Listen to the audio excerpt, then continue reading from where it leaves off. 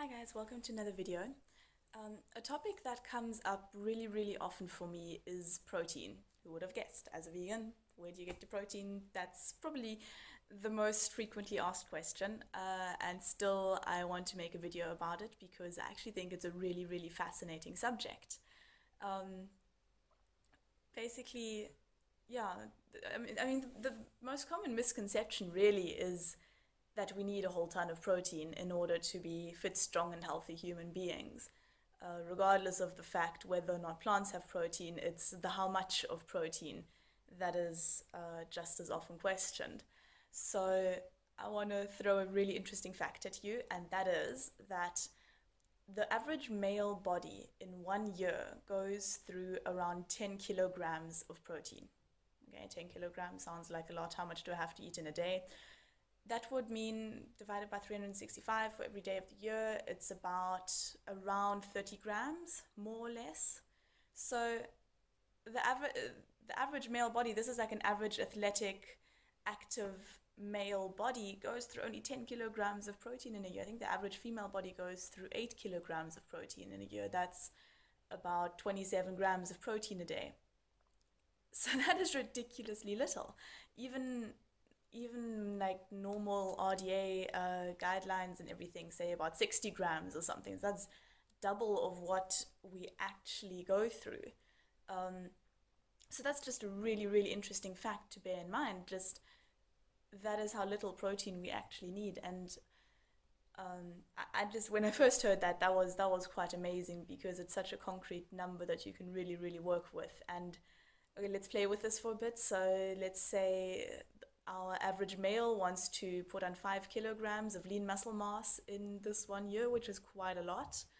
Um, that would go up to maybe 35, maybe 40 grams per day, which is still nothing. And if you're eating enough calories on a vegan, even on a raw diet, you can so easily get all that protein, especially if you're eating lots of leafy greens and lots of sprouts and obviously fruits as well, and maybe some stuff like algae and stuff like that, and some nuts and seeds, and you're well covered. You're more than covered for protein. Um, the other really interesting thing is, I mean, when we look at like classic bodybuilding and stuff, they eat like, or definitely over 100, but easily over 150 or up to 200 grams of protein a day. And first of all, I don't understand how they're constantly eating, and secondly, I think it's really shocking to see because obviously animal protein is a lot less bioavailable for us because okay, we have the meat and it's like really long chains of protein, and then what do? We cook it. Okay, great. So first of all, a lot of the protein denatures, and a lot of the protein basically forms through the heat. It forms a bind with the carbohydrates in the meat. So you have this bound protein carbohydrate complex, and our body just cannot break that down. So much of the protein, I think, is it 30% that's still left over, or is it 30% that is like no longer bioavailable? I'm not sure, one of the two, but definitely so much less protein is then bioavailable from animal products when we heat them up. So the proteins and the carbohydrates form really complex bonds that are impossible for the enzymes of our body to break down. And then we have that whole thing when the meat stays in your body for up to a week, and it starts fermenting, and that makes the absorption of everything else more difficult too. If you've got all this junk in your intestines, everything else gets absorbed so much worse as well. So all your minerals and nutrients that you might get from what little fruit and veggies you may be eating also won't be absorbed that well if your intestines are completely clogged up with protein residue because you're eating probably the least bioavailable protein possible.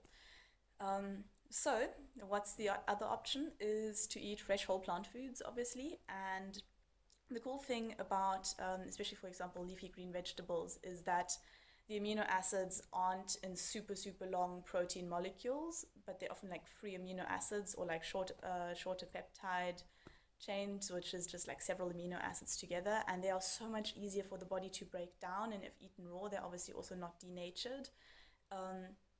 So it's a lot easier for the body to break down. So you can put it this way. Obviously, if I say we need 10 kilos of protein a year, so 30 grams of protein a day, You would obviously have to eat a little bit more than that because not everything of what we eat really gets into our bodies. But you might as well eat the most bioavailable form. So if you're eating 100 grams of animal protein or 50 grams of plant protein, it's still a huge difference, but the same amount will probably end up in your body for your muscles and all your other cells to use. So that's just a really, really interesting fact about how much protein we actually need. Another thing is about overload of protein is that it can actually seriously damage your kidneys because the kidneys are our filtering organ, and protein that's too much gets filtered out through the kidneys. So if we have too much protein, let's say those 150, 200 grams, which is definitely too much protein, if we have so much protein in our diet, it really, really damages our kidneys in the long run. And I think people over 60, people over 65 or 70, about 60% of them have like a pre-stage of kidney failure, which is crazy. So many people are close to kidney failure, and it's probably very much related to our diets. Another thing is that high protein diet really causes calcium to leach from the bones because meat, when it breaks down into purines, and purines are acidic in the body. They metabolize in an acidic way.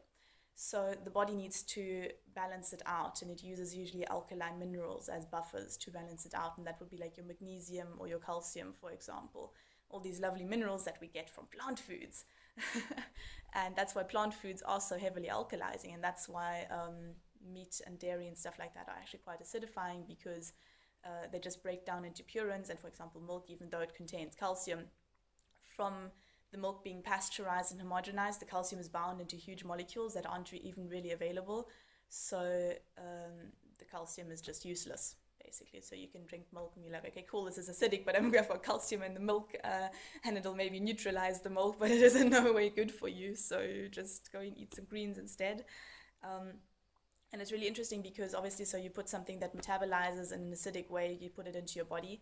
So at some point, your body doesn't have enough calcium and magnesium left in the blood, so it has to start leaching it from the bones. And there was a really interesting study done on Eskimos who have a diet that consists almost exclusively of animal products. And they eat, I think, up to 400 grams of protein a day. And they have, so they eat a lot of marine omega-3 fatty acids, so they have really, really low cardiovascular disease rates, which is all well and good. I'm not debating that. But they have the highest osteoporosis rates in the entire world. And the study found that when you eat a higher amount of protein, you need not the proportional amount of calcium more, but you need exponentially more calcium in order to balance out the acidity. And they didn't get exponentially more calcium, so they all got osteoporosis, which is basically the bones becoming brittle, and calcium is really important for the structure of the bones, so it's vitamin D, by the way.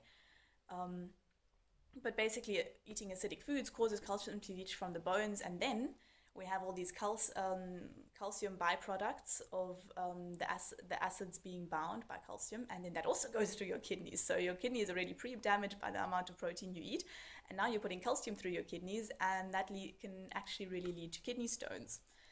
So reasons not to eat too much protein. There we go. Let's see what else is interesting. Oh, but what's also really interesting is that every single plant has a bit of protein. I mean, even strawberries have probably about 4% of their calories from protein, which they don't have many calories, but they still have protein. So really, no matter what you eat, you're always getting proteins because it actually is in everything. Proteins are, well, I should say amino acids because those are the building blocks of proteins. They are in everything, and they are absolutely essential to everything because your body needs them. So I'll never go as far as to say you don't need protein or anything, but you need very, very little quality, you need very, very little protein, and if it's a high quality protein, you generally need even less. And yeah, so what are good sources of protein? I think I already said this.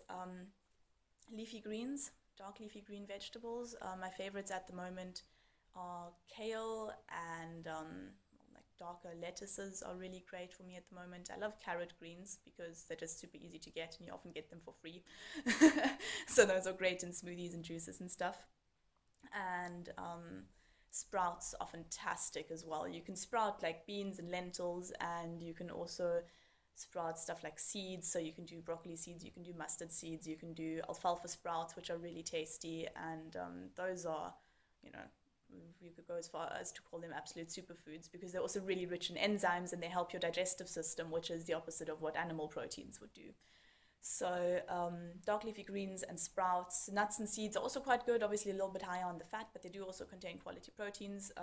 So if you want to add a little bit of that to your diet, or maybe some avocado, sure, go for it.